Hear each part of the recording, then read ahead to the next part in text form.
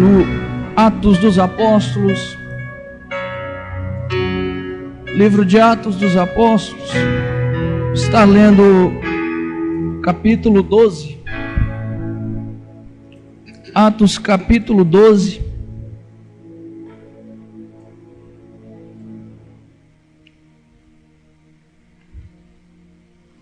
tiver dificuldade, abra o Novo Testamento, os 4 Evangelhos e o livro de Atos.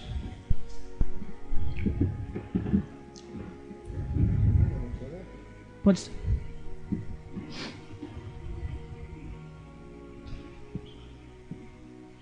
Vou estar lendo até o versículo 18.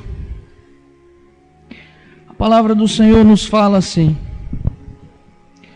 por aquele mesmo tempo, o rei Herodes estendeu as mãos sobre alguns da igreja para os maltratar, mandando matar à espada a Tiago, irmão de João. Vendo que isso agradara aos judeus, continuou, mandando prender também a Pedro. E aqueles eram os dias dos pães asmos. E, havendo prendido a Pedro, encerrou na prisão, entregando a 4 escoltas de 4 soldados cada, para que o guardassem, querendo apresentá-lo ao povo depois da Páscoa. Pedro era guardado na prisão, porém a igreja fazia oração intensa por ele a Deus. E quando Herodes estava para fazer Pedro comparecer, nessa mesma noite estava Pedro dormindo entre 2 soldados, preso a 2 algemas, e os guardas diante da porta guardavam a prisão. Eis que sobreveio o anjo do Senhor, e resplandeceu uma luz na prisão, tocando a Pedro no lado, despertou, dizendo: levanta-te depressa. As algemas romperam-se na hora. Disse-lhe o anjo: apronta-te, prepara as tuas sandálias. E assim Pedro fez. Disse-lhe mais: põe às costas a tua capa e me segue. E saindo Pedro o seguia. Pedro não sabia se era real o que estava acontecendo, pensava ser aquilo tudo uma visão. E quando passaram a primeira e a segunda guarda, chegaram à porta de ferro que aponta para a cidade, a qual se lhe abriu por si mesma. E tendo saído, percorreram uma rua, e logo o anjo se apartou dele. Pedro, tornando assim, disse: agora sei que verdadeiramente o Senhor enviou o seu anjo e me livrou da mão de Herodes e de tudo que o povo dos judeus esperava. Considerando ele nisso, foi à casa de Maria, mãe de João Marcos, onde muitos estavam reunidos e oravam. E batendo Pedro à porta do pátio, uma menina chamada Rode saiu a escutar. E conhecendo a voz de Pedro, de tão feliz, não abriu a porta, mas correu para dentro e anunciou que Pedro estava a bater na porta. E disseram-lhe: deve estar fora de si. Pois ela afirmava que assim era, e diziam: deve ser o seu anjo. Mas Pedro insistia em bater, e quando abriram, viram-no e ficaram espantados. E acenando-lhe ele com a mão para que se aquietassem, contou-lhes como o Senhor o libertara da prisão, e disse ainda: anunciai a Tiago e aos irmãos. E saindo partiu para outro lugar. E sendo já de dia, houve muito alvoroço entre os soldados sobre o que seria feito acerca de Pedro. Amém? Eu gostaria de enfatizar 2 versículos. O versículo 5 diz que Pedro era guardado na prisão, mas a igreja fazia oração contínua ou intensa por ele a Deus. E ainda no versículo 12, muitos estavam reunidos e oravam. Vamos orar? Que Deus possa falar conosco nessa palavra. Curve sua cabeça. Pai, o Senhor é bom e misericordioso. A sua misericórdia é a causa de nós não sermos consumidos. Perdoa todos os nossos pecados. Somos todos indignos da Tua salvação, da Sua misericórdia, da Sua graça. Pai, eu não encontro em mim condição alguma de falar ao Seu povo. Muito menos o Seu povo merece escutar alguém como eu. Só o Senhor é misericordioso para saber o que cada um de nós necessita. Só o Senhor esquadrinha todo o coração por inteiro e sabe onde nós precisamos de uma palavra. Pai, não me deixe pecar contra Ti ao expor Sua palavra, deixando de repreender ao ímpio, muito menos deixando de consolar ao aflito, nem deixando de edificar ao que está tropeçando. Ajuda-nos, Pai, a expor Sua palavra à Sua querida igreja. Não permita que nenhum coração volte vazio, não permita que nenhum coração se rebele contra a Tua palavra. Que o Senhor seja glorificado através da Sua palavra, por Jesus Cristo, pelo Seu Espírito Santo que habita na Sua igreja. Dá testemunho de Ti mesmo, Senhor. Dá glória ao Teu nome, porque o Senhor é digno, porque o Senhor merece tudo. Tudo é para a glória do Seu nome. Que o Senhor fale conosco na Sua palavra. Em nome de Jesus. Amém.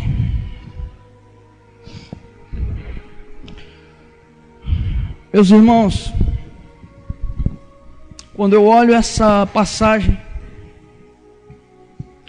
um tema muito importante me vem a falar para vocês. Eu quero dizer que a igreja de Cristo, ela avança de joelhos. A igreja do Senhor, ela caminha, ela estabelece o reino de Deus através dos joelhos. Quando eu falo joelhos, obviamente eu estou dizendo oração. Os dois textos que eu enfatizei, os dois versículos e essa passagem, dá evidências claras de que a oração é o modo pelo qual a igreja é fortalecida. A prática da oração, a vida de oração da igreja é o modo pelo qual Deus faz o seu reino na terra prosperar e avançar adiante. A igreja do Senhor, ela avança, ela adianta as fronteiras nesse reino de trevas em que nós vivemos através da oração, através dos joelhos. E quando eu olho para a nossa realidade atual, eu fico espantado. Eu fico extremamente triste.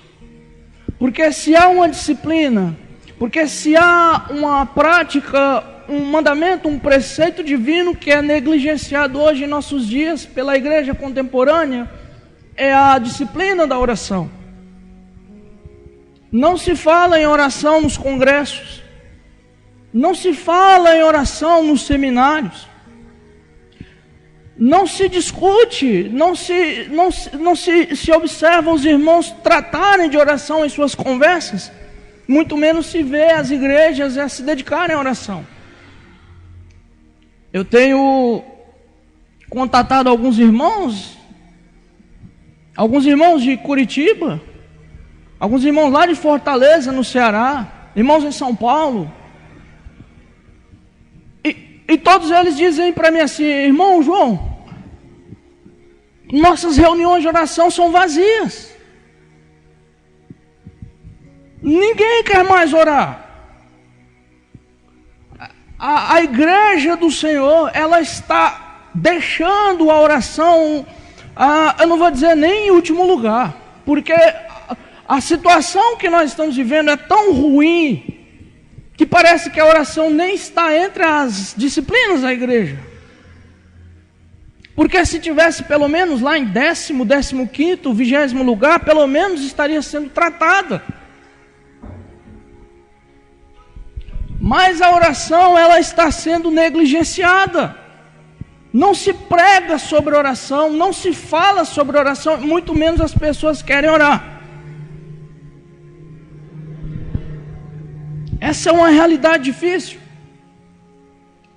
Mas olhando esse texto que nós lemos, nós observamos um ato poderoso e nós vemos que o que Deus fez, porque fez pela oração. E quando eu trato sobre esse tema, a primeira verdade que me vem na mente é que a oração é a marca da igreja. A oração. E quando eu penso em igreja, eu sempre volto para a igreja primitiva. É só fazer uma leitura simples do livro de Atos, que é o único livro histórico do Novo Testamento. E nós notamos como que a igreja primitiva, ela encarava a oração como uma disciplina, como algo sério, como algo importante a ser tratado. Quando nós olhamos para a igreja primitiva, nós vamos observar que a igreja nasce na oração. Nasce debaixo de oração. Nós podemos olhar Atos 1,14, diz que os 120 irmãos, diz assim Lucas, todos estes perseveravam unanimemente em oração. Todos, os 120 que receberam o derramar do Espírito Santo em Atos capítulo 2, estavam orando. Oração. Quando a igreja nasce e começa a prosseguir, Atos 2,42, nós prosseguimos e olhamos, está lá a oração como uma prática de vida da igreja. E perseveravam na doutrina dos apóstolos, na comunhão, no partir do pão e nas orações. A igreja nasceu debaixo de oração. Quando nós lemos Atos capítulo 3, no versículo 1, Pedro e João subiam ao templo, a hora nona, a hora da oração. E se você ler o capítulo 2 de Atos, você vai perceber que eles iam todos os dias. Eles não tinham uma reunião de oração por semana. Eles oravam sempre. Quando nós adiantamos um pouco e lemos em Atos 4:31, diz que eles se reuniram no lugar e tendo orado, o lugar tremeu. Oração. Quando Cristo trabalha com a sua igreja e a igreja começa a se espalhar, Cristo levanta um homem, Saulo de Tarso, o apóstolo dos gentios. E quando nós lemos lá em Atos capítulo 9, lá no versículo 11, Jesus dando o primeiro testemunho de Saulo para Ananias. E Cristo disse: Ananias, tem um homem lá na rua reta, chamado Saulo de Tarso, na casa de Judas. Vai até ele, numa visão ele me viu, e ele está orando. O primeiro testemunho que Jesus dá acerca do apóstolo Paulo é: ele está orando. A igreja, ela nasce debaixo de oração. Quando nós vamos para Atos capítulo 10, o primeiro gentil que Pedro contata, Cornélio, diz assim que Cornélio era conhecido diante de Deus por suas obras e pelas suas orações. Oração. O texto que nós lemos, Atos 12, fala da oração. Diz que a igreja orava e que Deus livrou porque a igreja orava a Pedro. A oração, ela é a marca da igreja. A igreja, ela é conhecida como uma igreja que ora, que pratica a oração, que tem vida de oração. A igreja é conhecida por uma igreja que ora.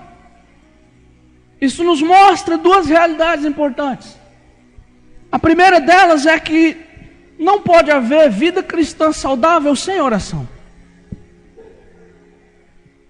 Não pode haver uma vida cristã saudável. A nossa vida espiritual, ela não está bem se nós não estamos vivendo a prática da oração.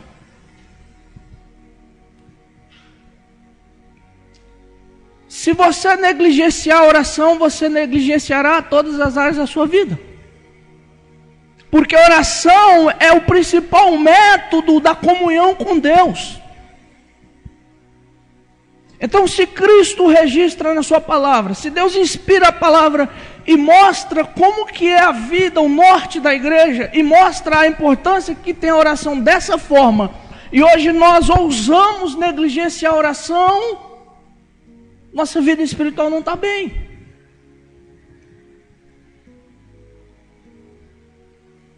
Isso nos mostra outra realidade ruim também, para nos deixar alerta.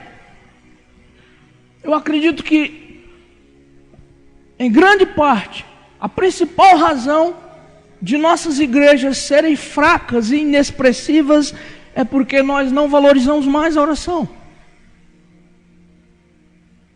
Você pode olhar no Novo Testamento, eu estou citando aqui inúmeros textos, tem mais. Você olha a igreja primitiva, ela não era perfeita. A igreja primitiva tinha pecados piores que os nossos hoje. Porém, a igreja não negligenciava a oração. E mesmo assim, essa igreja era expressiva, era conhecida. E por que hoje o que é mais expresso da igreja do Senhor é quando tem escândalo? Ou estou errado? Quando o povo de Deus é conhecido? Quando comete um pecado gospel escandaloso. Nós só atraímos a atenção quando um sujeito A, B, famoso, vai lá na mídia e comete uma atrocidade. Não é verdade? Mas a igreja de Cristo sempre foi conhecida pela oração. Pela oração. A igreja do Senhor, ela só avança de joelhos. Ela só vai adiante, só adianta suas fronteiras através da oração. Através da oração. Agora, uma segunda verdade que eu noto olhando esse texto é que avançar de joelhos significa perseverar na oração em meio às dificuldades. Perseverança.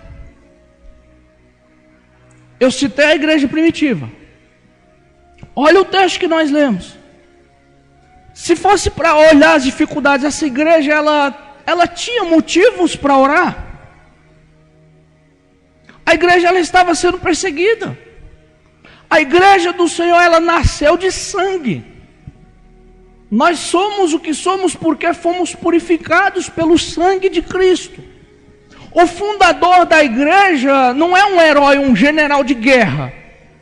Não é um Alexandre Magno. É um Cristo crucificado. É um homem simples que foi morto por uma causa. É Deus encarnado. Deus derramou seu sangue. O Verbo se fez carne e foi à cruz. A igreja nasceu debaixo de sofrimento.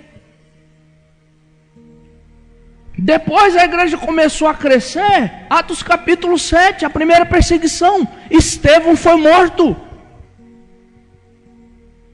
Atos capítulo 8 diz assim que a igreja se espalhou. Porque Saulo começou a perseguir a igreja. Você percebe? É a nascente da igreja. Os 120 estão começando a se espalhar. E a morte já está atrás deles. A espada de Herodes já está atrás deles. Aqui Herodes havia matado Tiago, um dos 12. Ele começou pelos líderes, vou pegar cada um. Matou um e colocou Pedro na fila. E a igreja parou por causa disso? Por acaso a igreja se deu por vencida? Por acaso a igreja chegou diante de Deus e disse: Senhor, nós te entregamos. Nós já cumprimos o nosso papel, acabou, já chega. Não. A igreja orava intensamente. A igreja continuava na prática da oração, nos ensinando que avançar de um joelho significa perseverar sempre. Mesmo quando tudo diz não. Mesmo quando a aparência das coisas é terrível. A igreja estava sendo perseguida. Seus principais líderes, um estava preso, o outro já havia sido morto. Os outros estavam escondidos. E a igreja continuava orando. A igreja ela não observava as dificuldades. Ela não olhava para a adversidade e tratava aquilo como motivo para desistir. Mas continuava, acreditando que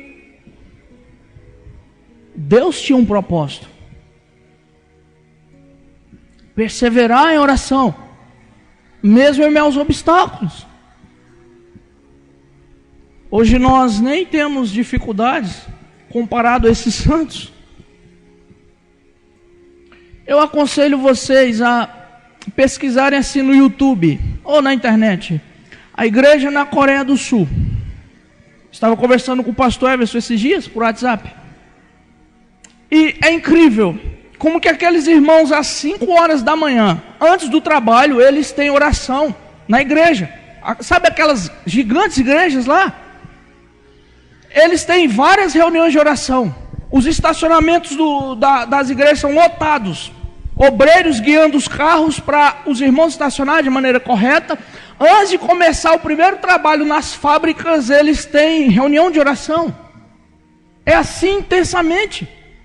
E o irmão começou a perguntar, por que vocês são assim? Porque o irmão era brasileiro e foi para lá.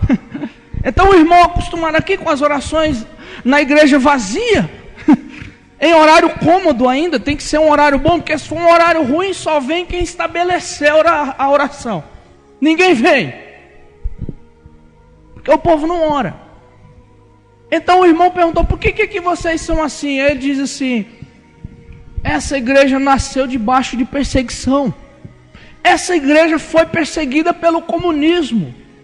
Na época da cortina de ferro, na época da guerra entre as Coreias, onde o comunismo soviético, o socialismo queria dominar a Coreia do Sul, e hoje Coreia do Sul, Coreia do Norte, vocês sabem que ninguém entra na Coreia do Norte. Aquele país fechado, o país mais fechado do mundo. O irmão diz assim, nós nascemos sem liberdade, lutando por liberdade. Nossos pais morreram, foram fuzilados, foram pegos na fronteira, foram castigados. E hoje que Deus nos concedeu a liberdade, nós vamos negligenciar a oração? Jamais. Tudo isso aqui nada mais é do que gratidão a Deus.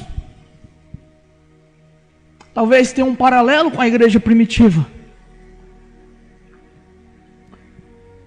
Então você percebe como que a oração é importante? Oração. A igreja, ela, ao invés de olhar para os obstáculos e parar, desistir, não.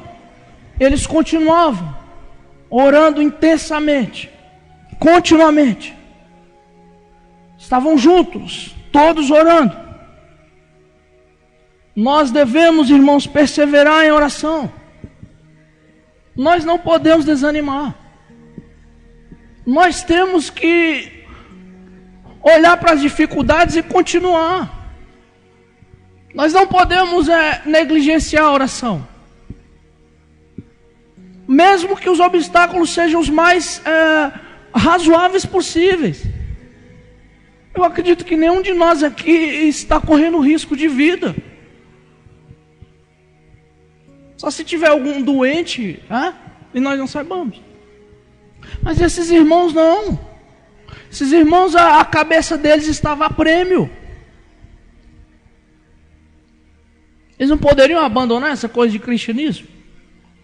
Mas eles continuavam.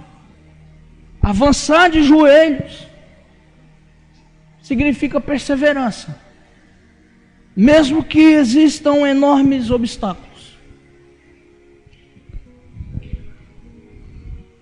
E eu gosto de citar alguns homens de Deus, algumas mulheres de Deus que são exemplo para nós. Quando eu penso em perseverança na oração em meio às dificuldades, me vem na mente um homem de Deus, o senhor, chamado assim, senhor George Miller, de Bristol, século XIX, e foi um homem que venceu muitas dificuldades, e que fez grandiosas coisas através da oração. Hoje, lendo na sua biografia, eu encontrei um relato interessante, porque George Miller, quando ele já tinha mais ou menos 300 órfãos na primeira casa, e ele começou a andar pelas ruas de Bristol, e ele começou a tirar todos os órfãos da rua e começou a sustentá-los. Só que tinha um detalhe, ele não tinha condição alguma, ele não tinha dinheiro. Então ele começou a ter uma vida de fé.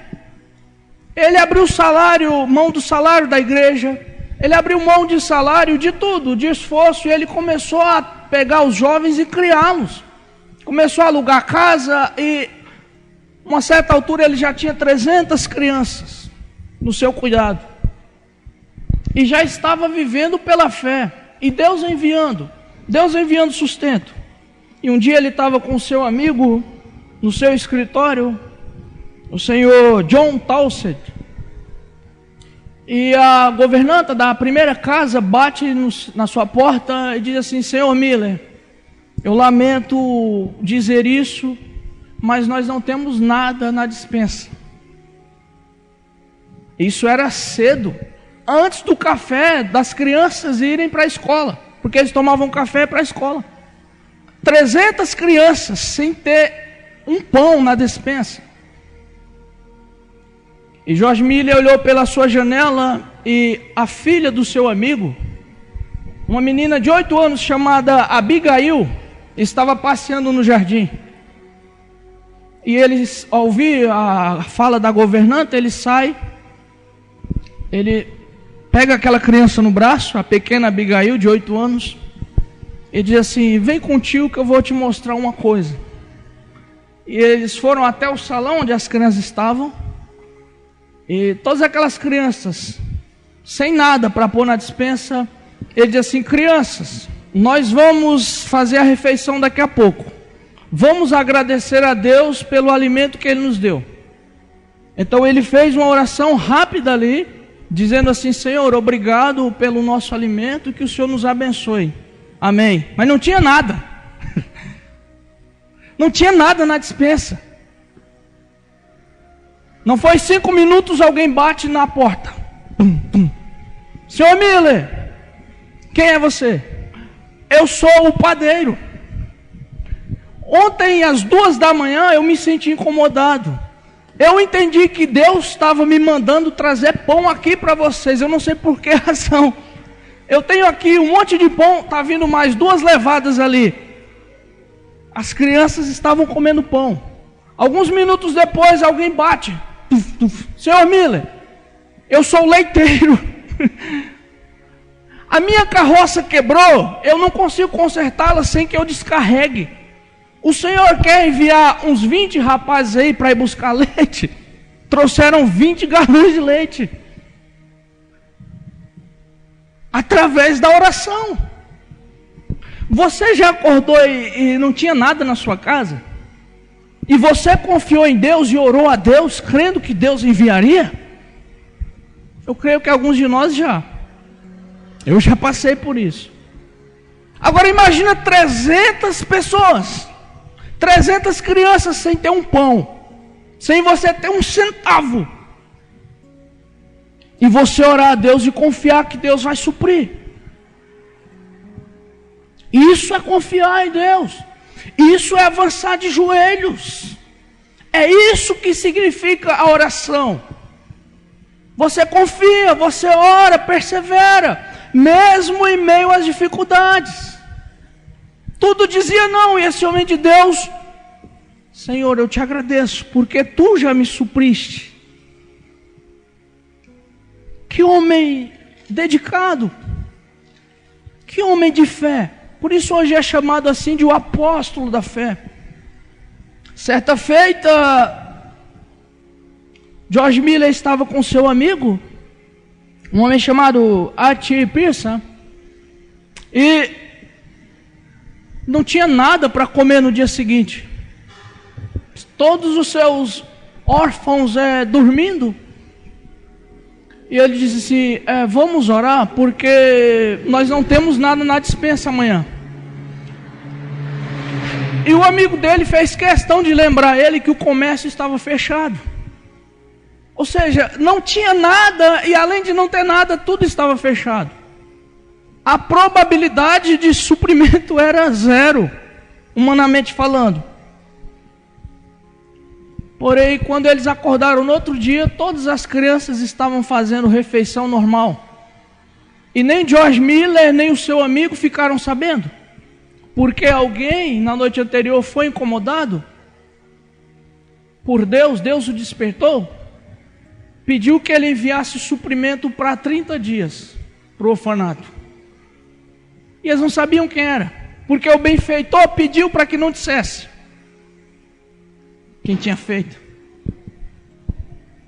Oração, mesmo em meio às dificuldades, perseverança na oração. Outra história tremenda contada pelo Orlando Boyer no Heróis da Fé. Ele fala do testemunho de um evangelista inglês. E ele diz assim que uma certa feita estava viajando e ele ficou curioso porque o capitão do navio era um homem fervoroso, era um homem cheio de fé, era um homem que ao falar empolgava a palavra. E ele pergunta: capitão, o senhor é um homem diferente, o senhor tem uma fé sublime. E o capitão responde assim: meu amigo, eu não era assim, até que um senhor viajou comigo, o senhor George Miller de Bristol. E George Miller, nas suas muitas viagens, ele precisava estar na cidade de Quebec, porque ele tinha uma reunião importante. E ele me disse assim: capitão, eu preciso estar sábado à tarde em Quebec. E o capitão olhou e disse assim: o senhor é louco. O senhor olhou essa tempestade? E o capitão na cabine lutando, ele disse: capitão, eu tenho que estar lá em tal horário. E o capitão disse: isso é impossível, o tempo não vai nos permitir. E a história diz assim que George Miller disse: capitão, o senhor não conhece o meu Deus. Ele disse assim: capitão, vamos orar.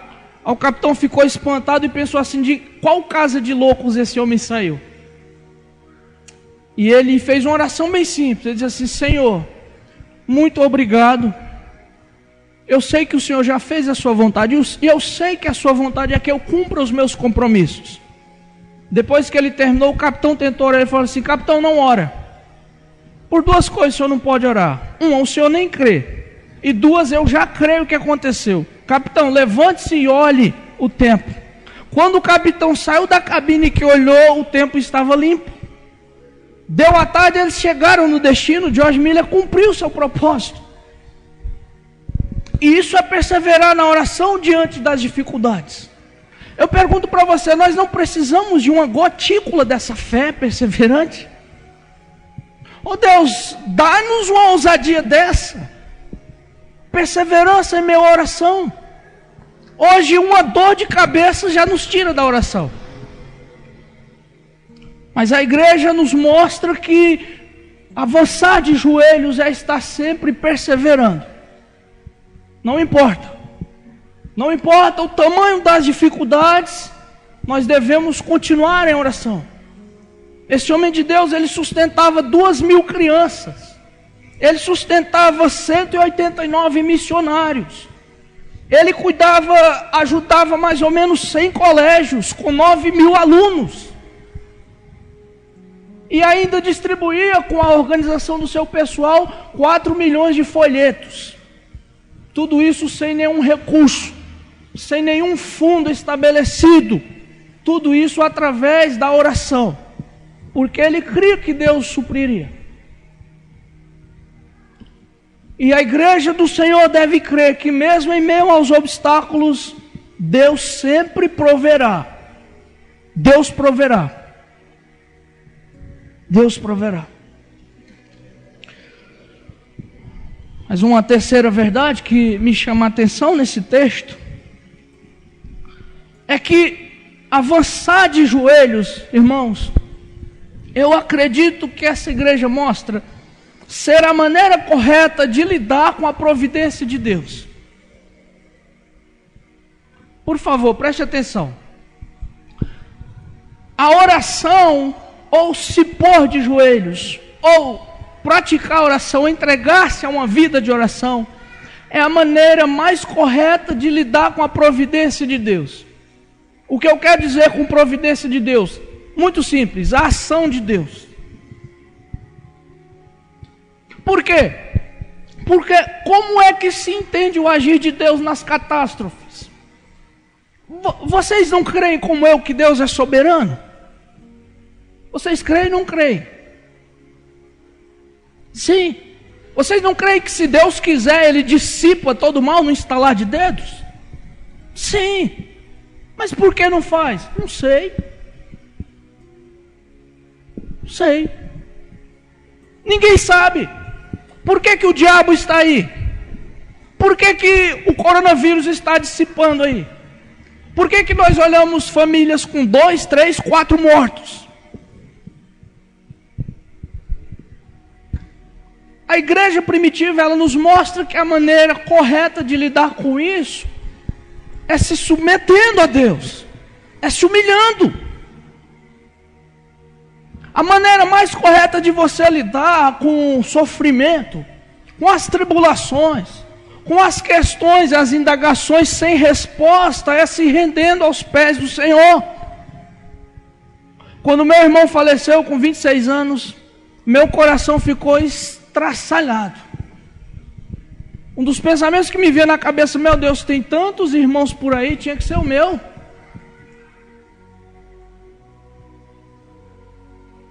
Eu jejuei quase 3 dias. Senhor, faz alguma coisa. No terceiro dia meu irmão morreu. Por quê? Eu não sei. Você sabe por quê? A igreja primitiva, ela não orou por Tiago? Por que Deus só livrou Pedro? Por que Deus não livrou Estevão?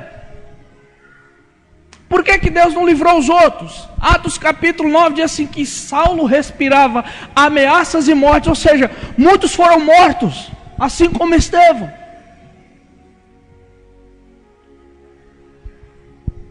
A igreja primitiva, ela não filosofa. Ela não fica com as ideias escolásticas, nem com os platonistas, nem com as teorias de Aristóteles. A igreja simplesmente persevera na oração. Isso nos é um caminho.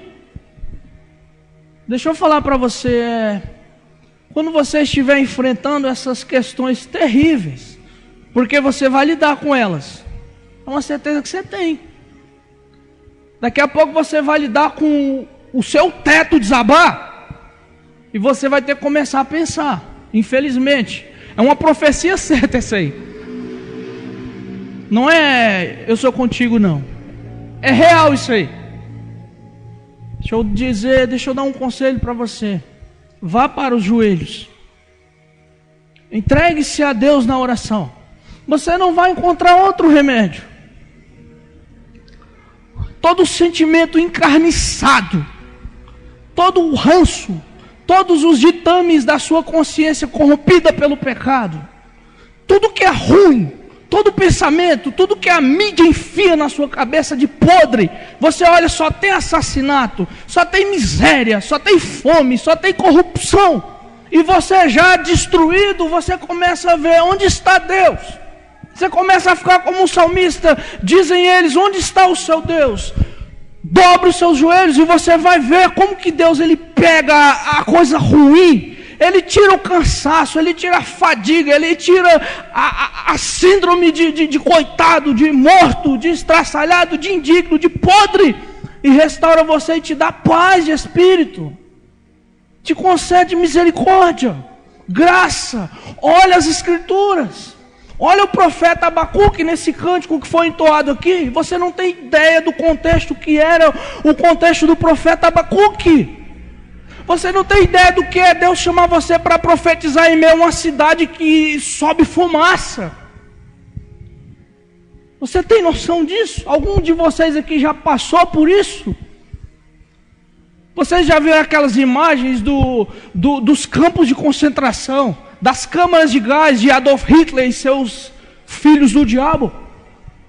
Vocês já viram aquilo? Quando o profeta Abacuque, ele olhava para Jerusalém, ele via a fumaça da cidade. E por isso que ele profetizou lá. Mas olha como Abacuque está no livro. Abacuque está conversando com Deus. Abacuque está em diálogo com Deus. Você só entende a provisão, os feitos de Deus ou sua permissão, se você se render a Ele. E a maneira mais correta de você se render a Deus é através da oração. Por que isso? Eu não sei, eu me rendo. Eu me coloco debaixo dos seus pés. Olha os profetas. Olha o profeta Samuel. Por causa disso eu me ponho de joelhos. Longe de mim, Israel, pecar contra o meu Deus, deixando de orar por vocês.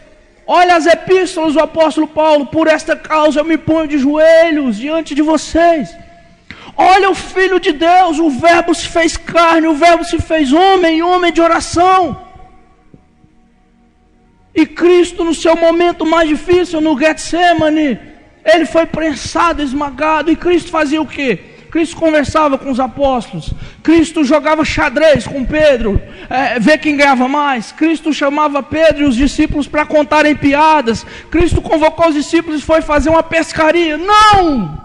Cristo estava orando, na oração. Oh, pastor Everson, e hoje nós ousamos desobedecer as diretrizes da palavra do Senhor. Oração. A oração é a resposta para tudo. Ou é a melhor resposta. O tempo corre.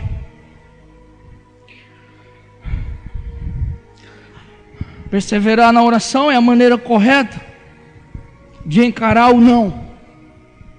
Irmãos, tem não para nós também, viu? Tem não. Deus não livrou Tiago, livrou Pedro. Mas a igreja orava por Tiago também. Tem não. Alguém já disse assim sabiamente que Deus responde nossa oração de 3 formas. A primeira delas é não. A segunda delas é sim. E uma terceira opção é espera um pouco. Está certo. Mas a maneira mais correta de lidar com não é perseverar. Em que lugar está ordenado que nós devemos deixar de orar? Em nenhum lugar. Em algum lugar está dito que todas as nossas orações, tudo será feito conforme a nossa vontade? Não. Em nenhum lugar. Mas em todos os lugares da Escritura está ordenado e está mostrado o exemplo da perseverança na oração. Então, perseverar em oração é a maneira de lidar com o não, com as portas fechadas. Perseverar na oração é render-se à vontade de Deus, é entregar-se. Quando Cristo encontra o apóstolo Paulo, ele diz para Paulo: dura coisa é contra ti recalcitrar com os aguilhões. Ou seja, Paulo, para de insistir, entregue-se, renda-se, homem. Cristo estava trabalhando com aquele homem duro. Render-se. E quando Paulo se rende, o primeiro testemunho sobre Paulo está orando. É maravilhoso isso. Perseverar, avançar de joelhos é render-se, é entregar-se. Uma quarta verdade importante, e o meu tempo se abrevia, é que a igreja do Senhor, ela vence de joelhos. Ela vence.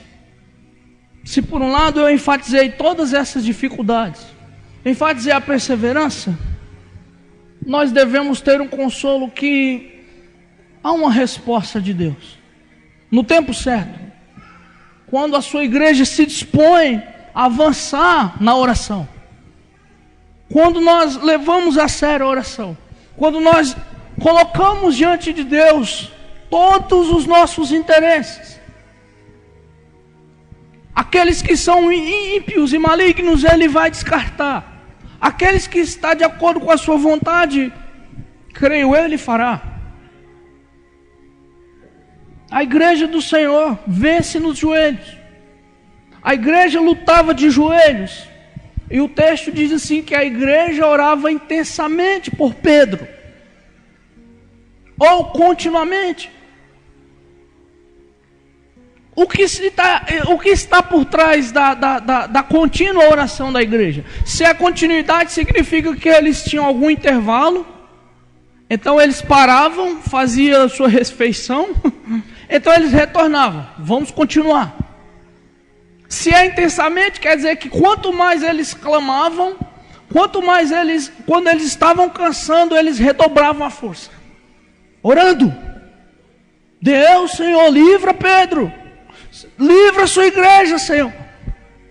Então eu até prevejo assim a igreja primitiva. Eu até prevejo o que eu vejo nas reuniões de oração. Eu vejo um irmão lá, o irmão acaba de orar, o irmão orou pelo pai, pela família inteira. Aí ele está sem palavras para orar e Deus levanta um outro lá no canto. Aí começa a orar. Aí daqui a pouco, através da oração daquele irmão, Deus toca o coração daquele que estava cansado e começa a orar. Você já viu as vigílias? É assim, não é? O irmão cansa de orar, faltam-lhes palavras, aí Deus toca no coração do outro, ele ora por uma causa que era a mesma causa do irmão lá no canto. Ou um outro irmão lá no fundo começa a glorificar, agradecer por um livramento, aí o irmão daqui se identifica e começa.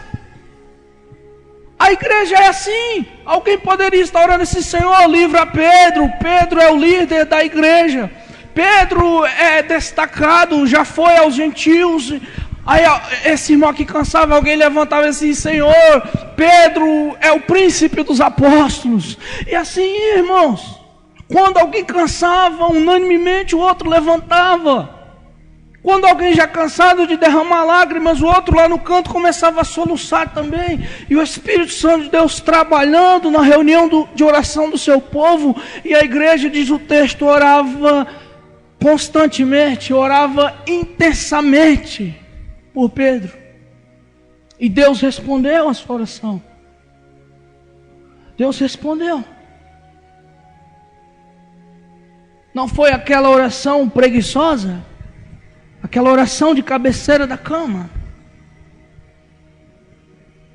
João, Deus não recebe essa oração? Eu acredito que recebe. Ele recebeu a mim e a você, não vai receber uma oração? Mas irmãos, nós podemos viver aquém da simplicidade, podemos viver em busca da nobreza. Isso é nobre. Isso é maravilhoso de se buscar. Você não pode se contentar com pouco, se Deus pode te dar muito. Nós devemos ser gratos pelo pouco que temos. Eu sou grato a Deus porque tem reunião de oração aqui pelos poucos que vêm. Eu agradeço a Deus, não culpo os que não vêm, mas eu oro intensamente, Deus, que eles venham, que venham mais. E é assim que a igreja tem que orar intensamente. E quando a igreja faz isso, o Senhor da igreja responde. Responde.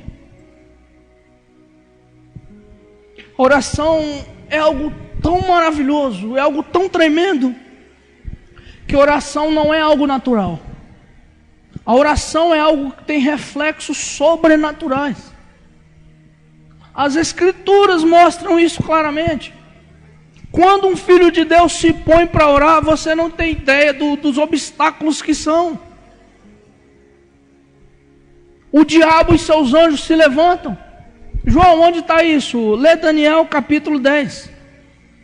Quando Daniel se pôs para orar, o anjo veio trazer a resposta, Gabriel, e falou assim: Daniel, logo quando você começou a orar, eu vim trazer a resposta.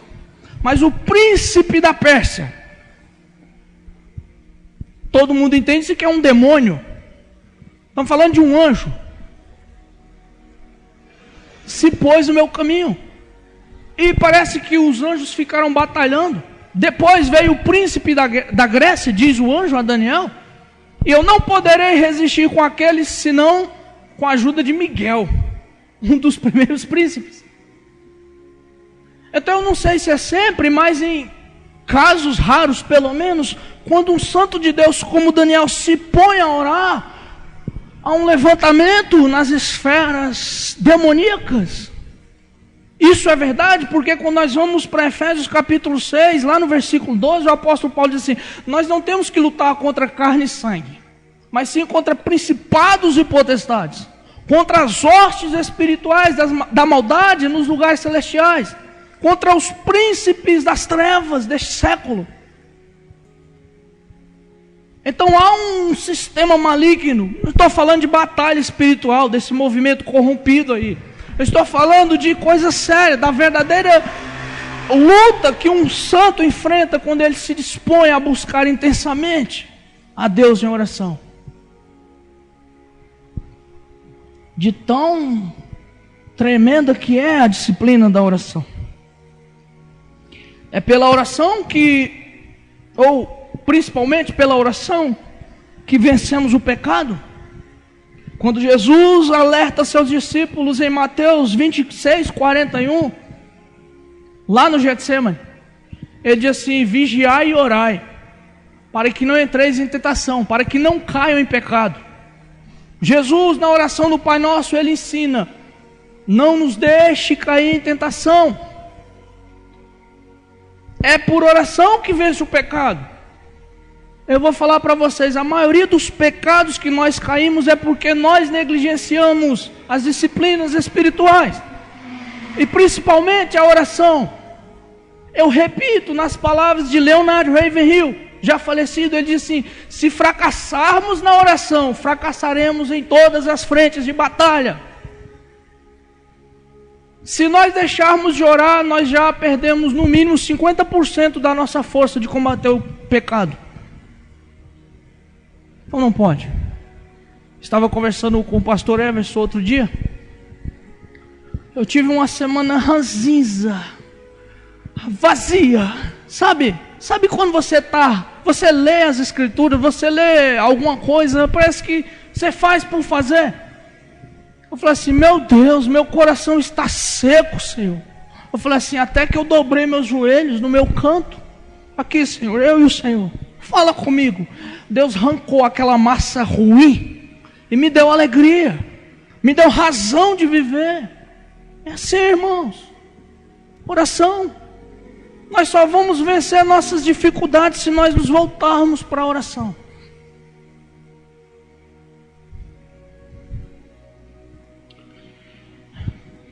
Eu vou concluir. É de joelhos que a igreja avança. Deus respondeu à igreja pela oração. Deus fez, mas fez questão de mostrar que eles estavam orando intensamente a Ele. Eu faço um apelo a vocês. Vamos orar. Nós precisamos orar. Nós precisamos nos dedicar à oração. Eu preciso me dedicar à oração. O que eu tributo a Deus em oração é muito pouco. Eu poderia negligenciar outras coisas que nem importam às vezes e dedicar-me mais à oração. Mas olha como nós estamos hoje. Talvez seja por isso que não há expressão. Talvez seja por isso que muitos caem em pecado. Talvez seja por isso que outros não têm expressão para testemunhar de Cristo. Talvez seja por isso que não falamos de Cristo, não testemunhamos Cristo, porque nós não estamos em comunhão plena com Cristo. Mas precisamos voltar, irmãos, à prática da oração, urgentemente. Que Deus nos ajude. Vamos nos colocar de pé.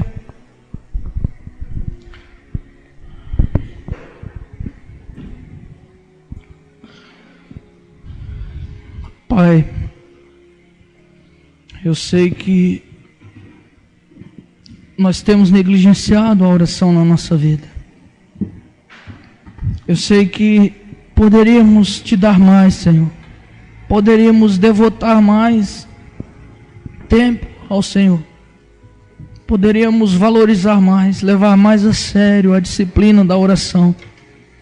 poderíamos nos voltar para a oração, Senhor, e enxergar a Sua promessa e através dessa dedicar-se à oração. Mas temos pecado contra Ti. Pai, eu tenho pecado contra Ti. Me ajuda na minha iniquidade. Ajuda-me, Senhor, a devotar mais tempo ao Senhor em oração. Ajuda-me a levar outros à oração. Que outros me levem à oração. Pai, que a Sua igreja seja impactada. Senhor, imprime no coração da Sua igreja desejo, Senhor, de comunhão intensa. Desejo, Senhor, de intercessão, ações de graça. Senhor, Espírito Santo, opera em nosso coração sede de Ti, Senhor. Trabalha em nossas almas, não deixa nosso coração afadigado com as coisas desse mundo. Não deixa nosso coração cheio de cuidados dessa vida, como a última palavra que foi pregada aqui. Não deixa nosso coração se encarregar das coisas dessa vida e sufocar a semente da palavra. Não nos deixa, Senhor, negligenciar a vida de oração. Pai, não permita que a Sua igreja continue vazia.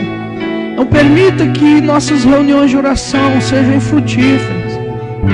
Pai, nos consola. Nos consola no sentido de que nós nos alegramos pelas sementes que o Senhor tem plantado em nosso coração. Semeia, Senhor, a vontade, o desejo, a sede em outros corações, Pai. Que nossa vida de oração seja revigorada, Pai, fortalecida. Que o Senhor alimente em nosso coração o cultivo, a vida, a alegria. Que o Senhor levante generais do Seu exército para batalhar as batalhas, as lutas. Que o Senhor levante homens que o inferno teme, que o inferno se estremece.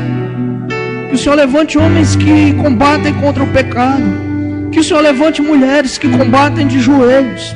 Que o Senhor levante, Senhor, em nossas vidas o fruto da oração, corações em comunhão com o Senhor, unanimidade, Senhor. Não deixa que uns poucos gatos pingados orem, não, Senhor. Levanta mais joelhos. Levanta mais corações, Senhor, que não suportam mais esse sistema ruim do mundo, que não suportam mais ficar com o coração vazio, sem alguma coisa de Ti, sem a Tua presença, que não se satisfaz, Senhor, com as coisas desse mundo, que não se diverte, que não dá bolas para o Deus entretenimento, mas que Te ama, que só quer o Senhor, que só o Senhor tem as palavras da vida eterna.